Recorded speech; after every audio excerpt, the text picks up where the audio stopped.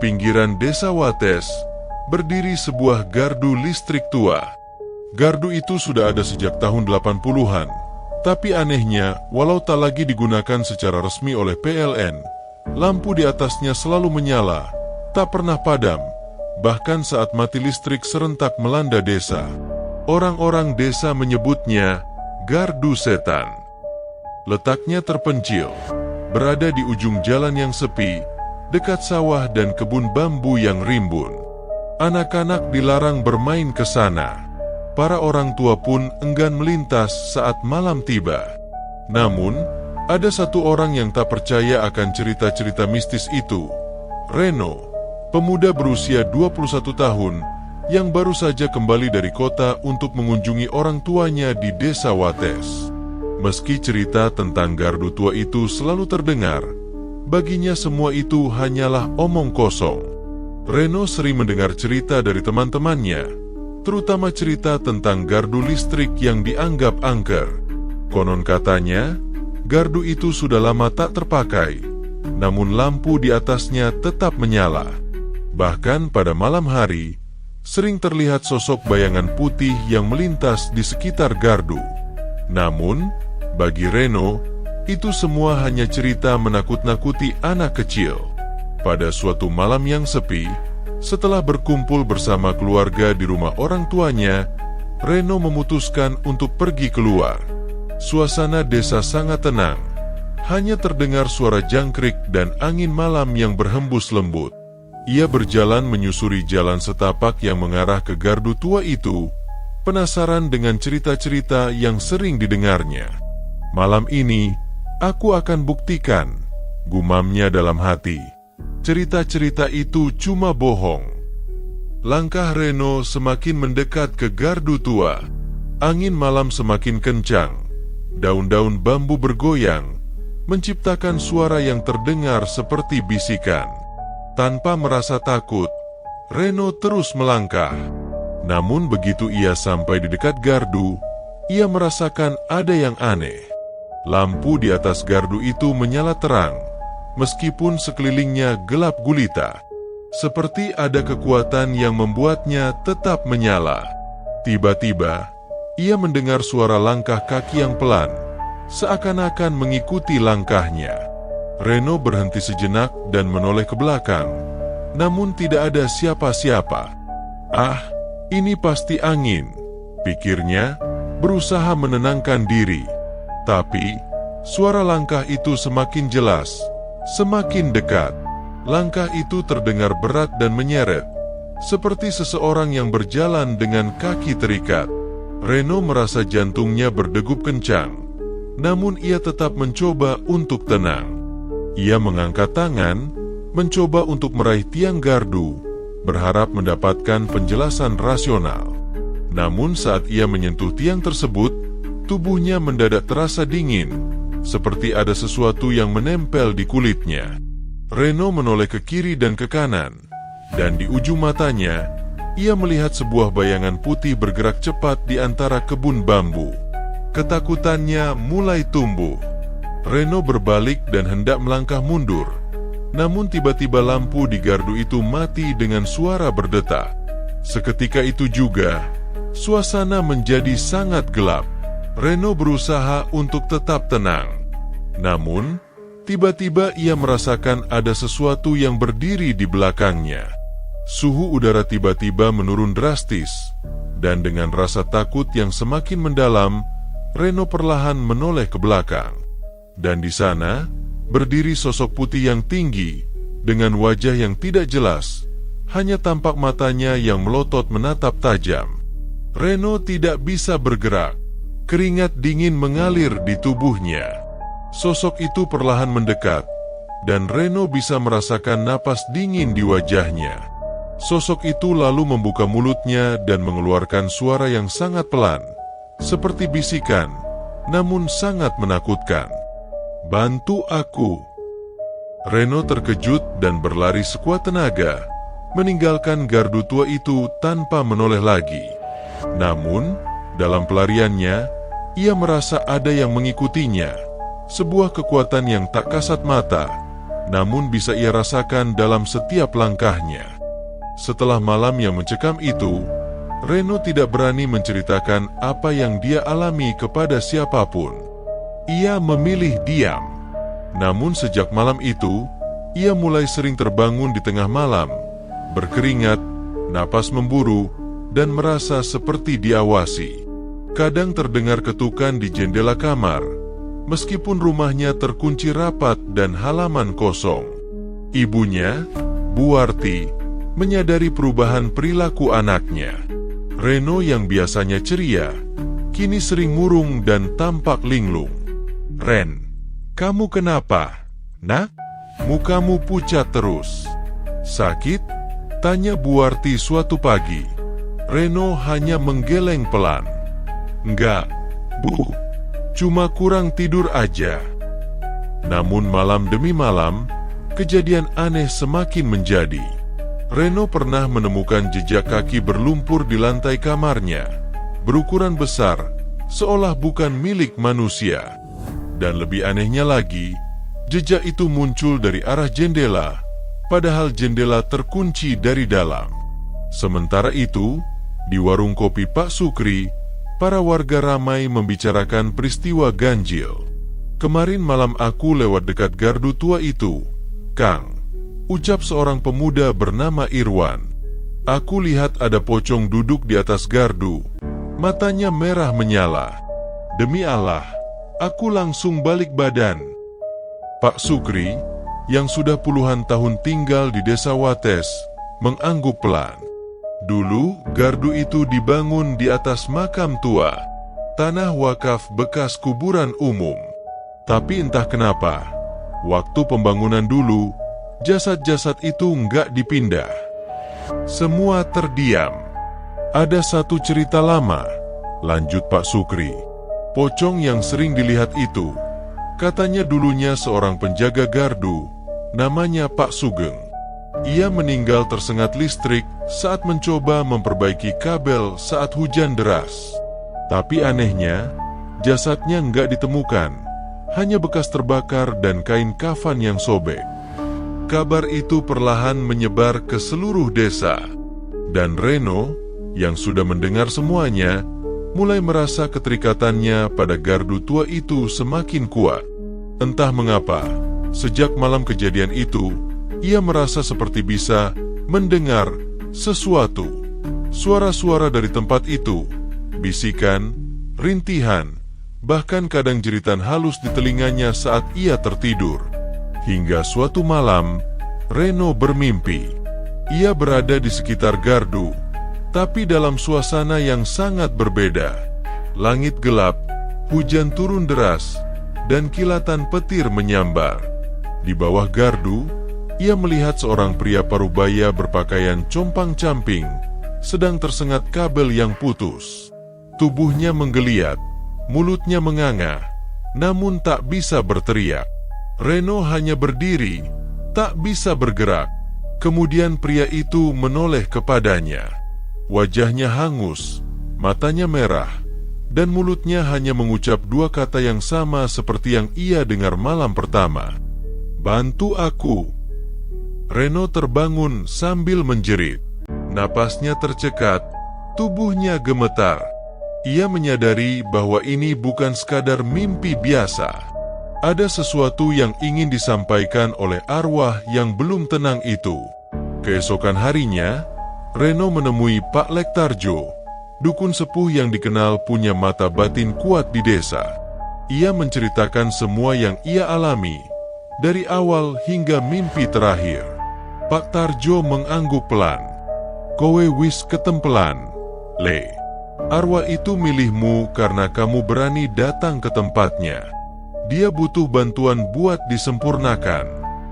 "Apa yang harus saya lakukan, Lek?" tanya Reno cemas. "Kita harus gelar selamatan kecil di dekat gardu. Bawa bunga setaman, air kembang, dan bacakan doa. Tapi ingat, jangan sampai ada yang ikut campur atau datang sembarangan. Kalau tidak, bisa berbahaya." Reno pun menyetujui rencana itu. Tapi ia tak tahu, Malam ritual nanti bukan hanya tentang menenangkan arwah, tapi juga membuka lembaran kelam sejarah gardu tua yang selama ini ditutupi. Malam itu, langit desa Wates tampak mendung meski belum turun hujan. Suasana desa sunyi, hanya suara jangkrik dan sesekali lolongan anjing terdengar memecah keheningan. Di bawah gardu tua yang kusam dan ditumbuhi lumut, Reno berdiri bersama Pak Lektarjo. Di hadapan mereka, sebuah tikar pandan dibentangkan. Di atasnya tersusun bunga setaman, kendi berisi air kembang, dan beberapa sesajen sederhana, tumpeng kecil, kembang 7 rupa, dan kemenyan yang mulai mengepul. Pak Tarjo menyalakan dupa dan mulai membaca doa-doa dalam bahasa Jawa kuno. Suaranya rendah dan bergetar, seolah sedang berbicara dengan sesuatu yang tak kasat mata. Reno duduk bersila, mencoba memusatkan pikirannya, meskipun jantungnya berdetak cepat. Di kejauhan, terdengar suara gemerisik dari semak belukar. Angin malam seolah berembus lebih dingin dari biasanya. Tiba-tiba, lampu gardu berkedip-kedip. Suasana menjadi mencekam. "Westeko," bisik Pak Tarjo tanpa menghentikan bacaan doanya. "Arwah ewis nang kene." Asap dupa semakin tebal, membumbung ke langit. Lalu terdengar suara yang seolah berasal dari dalam gardu. Suara gemeretak besi dan tangisan lirih yang menyeramkan. "Pak Sugeng, yen pancen-pancen kowe durung tentrem, iki wektu jenengan kudu lunga kanthi becik," ucap Pak Tarjo sambil menyiramkan air kembang ke tanah di bawah gardu.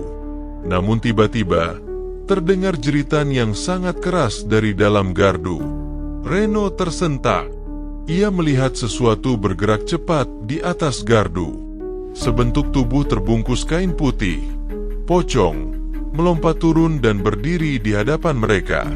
Wajahnya hancur, matanya merah menyala, dan kain kafan di bagian wajahnya terbakar gosong. Pak Tarjo tetap tenang. Ia mengambil segenggam kembang dan melemparkannya ke arah pocong itu sambil membaca mantra. Tapi sesuatu yang tak mereka duga terjadi. Pocong itu menangis. Tangisannya lirih, seperti seorang yang sangat tersiksa. Ia menunduk, lalu menunjuk ke arah belakang gardu, ke sebuah pohon beringin kecil yang berdiri sendiri di sana. "Lek, dia minta kita ke sana," bisik Reno pelan. Pak Tarjo mengangguk, meski wajahnya mulai tegang. Mereka pun berjalan pelan ke arah pohon itu, diikuti bayangan pocong yang melayang pelan di belakang. Sesampainya di pohon, Pak Tarjo mulai menggali tanah di bawah akar. Tidak lama, cangkul kecil yang ia bawa membentur sesuatu keras. Mereka mengeruk lebih dalam, dan perlahan muncul sebuah peti kayu kecil yang sudah lapuk. Isinya, sehelai kain kafan sobek, foto lama Pak Sugeng bersama keluarganya, dan sepotong jimat usang. Ini peninggalan yang tertinggal. Arwahnya tak tenang karena ini belum dikembalikan pada keluarganya, ucap Pak Tarjo. Ia kemudian membakar jimat itu dan membacakan doa panjang, menyerahkan semuanya kepada tanah dan langit malam. Pocong di belakang mereka berdiri tanpa bergerak. Matanya menatap Reno dengan pandangan sayu. Saat upacara selesai, sosok itu perlahan memudar. Hanya suara angin yang tersisa. Tak ada jeritan, tak ada tangisan. Hanya keheningan yang seolah menandakan tugas telah selesai. Namun, ketika mereka hendak kembali, Reno tiba-tiba terdiam menatap gardu. "Lek, kenapa? Lampunya nyala lagi." Lampu gardu yang tadinya mati total sejak malam ritual, kini menyala terang. Lebih terang dari biasanya. Pak Tarjo memandangi gardu itu dengan sorot mata penuh tanda tanya. Mungkin belum semuanya selesai. Karena sejak malam itu, bukan cuma Reno yang mulai mendengar suara-suara, tapi warga desa lain juga mulai mengeluh mendengar langkah-langkah berat di atas gardu, atau suara ketukan setiap jam 2 dini hari. Dan yang lebih mengerikan, beberapa anak muda desa yang iseng nongkrong di dekat gardu itu mulai hilang satu persatu. Sejak ritual di bawah gardu tua itu dilakukan, warga desa Wates sempat merasa sedikit tenang. Lampu gardu yang kembali menyala dianggap sebagai pertanda baik, seolah-olah arwah Pak Sugeng sudah beristirahat dengan damai. Namun ketenangan itu ternyata hanya sementara. Beberapa minggu kemudian, terjadi hal yang mengguncang desa. Salah satu remaja, Joko, yang dikenal suka nongkrong malam-malam bersama geng motornya di sekitar gardu, tiba-tiba menghilang. Motor Joko ditemukan tergeletak di pinggir jalan dekat gardu. Lampunya masih menyala, helmnya tergantung di setang. Tak ada jejak Joko, hanya jejak kaki yang berhenti di depan gardu dan bercak lumpur aneh yang menempel di betonnya. Warga geger. Pencarian dilakukan, namun nihil. Bahkan Pak Tarjo, yang dipanggil kembali oleh kepala dusun, mengaku merinding saat ia mencoba memanggil arwah Pak Sugeng malam itu. Ia tak menjawab. Yang muncul justru bau busuk yang menyengat, serta angin dingin yang menusuk sampai ke tulang. Reno, ini bukan lagi arwah Pak Sugeng. Ini lebih gelap dan lebih jahat, kata Pak Tarjo saat ia datang ke rumah Reno membawa dupa dan beberapa kembang yang telah dikeringkan. Mereka kembali melakukan tirakat di dekat gardu, dan malam itu mereka melihatnya. Sosok pocong berdiri, tapi bukan seperti biasa. Tubuhnya kini lebih besar, dengan wajah yang tak lagi tampak seperti manusia. Hitam legam, matanya menyala merah, dan dari mulutnya keluar suara parau seperti erangan binatang. "Sopo koe?" tanya Pak Tarjo dengan suara gemetar. Pocong itu tidak menjawab, tapi dari balik tubuhnya muncullah sosok lain. Namun Joko kini pucat, matanya kosong, dan tubuhnya gemetar. Dia merangkak keluar dari balik gardu tua, seperti orang yang baru saja keluar dari liang lahat. Ketika Reno mencoba mendekat, Joko tiba-tiba menjerit keras dan jatuh pingsan. Warga yang mendengar jeritan itu mulai berkumpul, dan Joko segera dibawa ke rumah dukun pijat di desa. Keesokan harinya, setelah sadar, Joko hanya bisa menangis dan mengatakan kalimat yang membuat semua orang membeku. Di bawah gardu, ada lubang. Lubang itu bukan ke tanah, tapi ke dunia lain. Joko mengaku saat nongkrong malam itu, ia sempat tertantang oleh temannya, Tegar, untuk menginjak bagian bawah gardu, tempat dulu Reno dan Pak Tarjo melakukan ritual. Saat ia berdiri di sana, tanah di bawahnya bergetar. Ia merasa tertarik ke dalam, dan seketika ia berada di tempat gelap pekat. Ia melihat banyak sosok pocong, tapi bukan pocong biasa. Wajah mereka semua hancur, seperti ditelan api. Mereka berbisik, minta ditukar. Salah satu dari kita harus jadi penjaga. Desa Wates kini diliputi ketakutan. Apalagi setelah Tegar, pemuda yang menantang Joko malam itu, juga ikut hilang malam berikutnya. Yang tersisa dari dirinya hanya jaket jeans yang tertinggal di pagar pembatas dekat gardu, dan bercak lumpur merah, seperti tanah kuburan basah, di lantainya. Reno mulai curiga. Ia membuka kembali catatan almarhum kakeknya, yang dulu adalah Modin desa. Di dalamnya, ia menemukan tulisan tua yang berbunyi, "Gardu itu dulu didirikan di atas tanah bekas pengasingan, tempat para dukun sakti yang dihukum mati karena menyalahgunakan ilmu hitam. Mereka dikuburkan tanpa doa, tanpa kafan, dan mereka bersumpah tak akan tenang." Ternyata, gardu tua itu bukan sekadar tempat ronda biasa.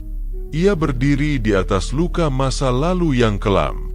Dan ketika arwah Pak Sugeng terusir dari tempat itu oleh ritual Reno dan Pak Tarjo, entitas yang jauh lebih tua dan lebih jahat muncul, mengambil alih. Kini, siapapun yang datang ke gardu itu dengan hati yang penuh sombong, menantang atau meremehkan, akan jadi incaran mereka. Desa Wates telah mengusik sesuatu yang seharusnya tetap terkubur. Dan pintu ke dunia mereka masih terbuka. Pagi itu, suasana desa Wates kembali mencekam. Warga kini tak ada yang berani melewati gardu tua, bahkan di siang hari. Beberapa orang tua bahkan menyuruh anak-anak mereka untuk tidak keluar rumah selepas maghrib. Tegar belum juga ditemukan. Tak ada jejak, tak ada suara, dan polisi pun tidak bisa berbuat banyak. Mereka hanya mencatat sebagai orang hilang, seperti kebanyakan kasus aneh lainnya di desa itu. Reno dan Pak Tarjo mulai merasa bersalah. Apa yang mereka lakukan dulu bukanlah penyelesaian, tapi malah membangunkan sesuatu yang jauh lebih buruk dari sekadar arwah penasaran. Di malam yang sepi, Reno kembali bermimpi aneh. Dalam mimpinya, ia melihat seorang lelaki tua berpakaian putih lusuh duduk di bawah gardu tua. Lelaki itu berkata pelan namun tegas, "Yang kau ganggu bukan hanya satu jiwa. Kau buka pintu yang tertutup ratusan tahun." Reno terbangun dengan keringat dingin. Tanpa pikir panjang, ia mendatangi rumah Pak Tarjo dan mengajaknya untuk terakhir kalinya melakukan upaya penutupan portal yang disebut-sebut sebagai lubang ke dunia lain di bawah gardu tua. Malam itu mereka membawa perlengkapan lengkap, dupa, kemenyan, sesajen, dan kitab lama warisan kakek Reno. Ditemani oleh beberapa warga yang masih memiliki nyali, mereka mulai membacakan doa-doa dan mantera penutup. Tapi baru beberapa ayat dibaca, gardu tua itu tiba-tiba bergetar hebat. Dari bawah tanah, terdengar suara erangan. Tanah retak, udara menjadi panas, meski malam terasa dingin. Satu persatu warga yang hadir mulai melihat sosok-sosok samar keluar dari bawah gardu. Mereka mengenakan kain kafan, namun wajahnya tidak ada. Seperti dikosongkan. Seperti dibentuk dari kegelapan itu sendiri. Pocong-pocong itu tidak menyerang. Mereka hanya berdiri, mengelilingi Reno dan Pak Tarjo, seakan menyaksikan. Kemudian, dari dalam lubang yang terbuka di bawah gardu, muncul cahaya merah membara, dan dari dalamnya keluar suara tegar. Namun yang keluar bukan tubuhnya, melainkan bayangan hitam yang menyerupai dirinya, dengan mata menyala merah darah. Sosok itu menunjuk ke arah Reno dan berbicara dengan suara berat. "Salah satu dari kalian harus tinggal di sini. Penjaga baru, penukar nyawa." Pak Tarjo, tanpa ragu, maju dan bersujud.